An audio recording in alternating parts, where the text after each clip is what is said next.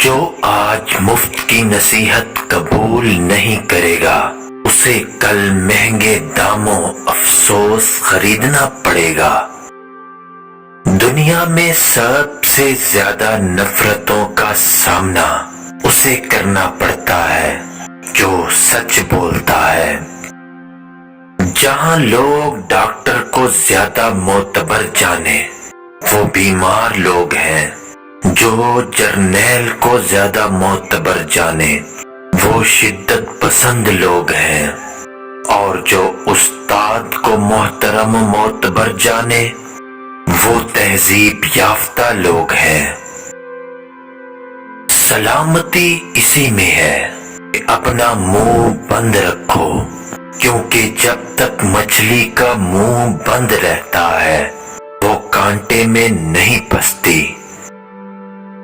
قانون مکڑی کا وہ جالا ہے جس میں چھوٹے کیڑے مکوڑے تو پھنستے ہیں لیکن بڑے جانور اسے پھاڑ کر نکل جاتے ہیں۔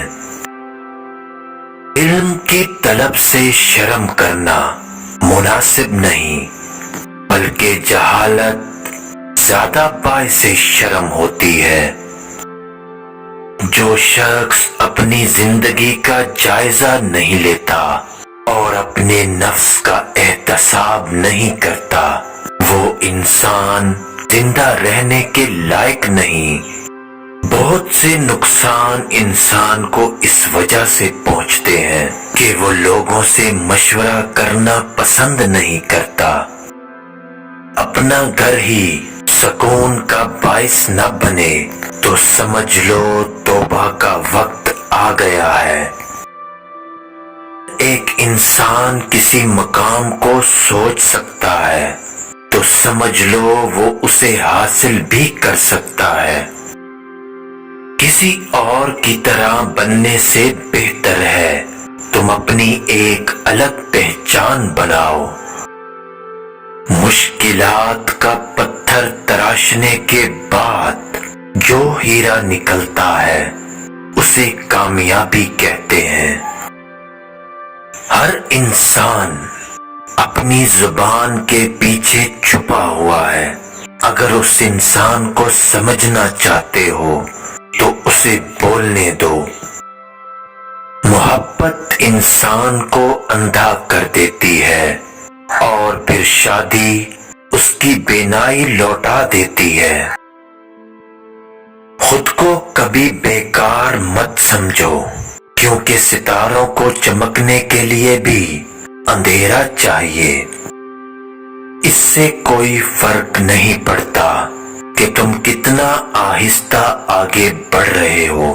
ناکامی تو تب آتی ہے جب تم رک جاؤ۔ حقیقی انسان وہ ہے جو اپنے جسم کے مردہ ہونے سے زیادہ اپنے دل کے مردہ ہونے کا خوف رکھتا ہو۔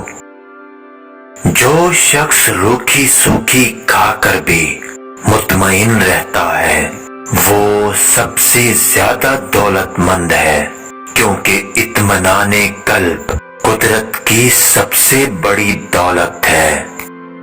اپنی اس خامی کو تلاش کرو جو تمہیں کامیاب نہیں ہونے دیتی۔ ناکامی یہ نہیں کہ آپ گر جائیں، ناکامی تو یہ ہے کہ آپ دوبارہ اٹھنے سے انکار کر دیں۔ جو شخص شکست کے سامنے سر نہیں جھکاتا تو کامیابی اس کے قدم چومتی ہے۔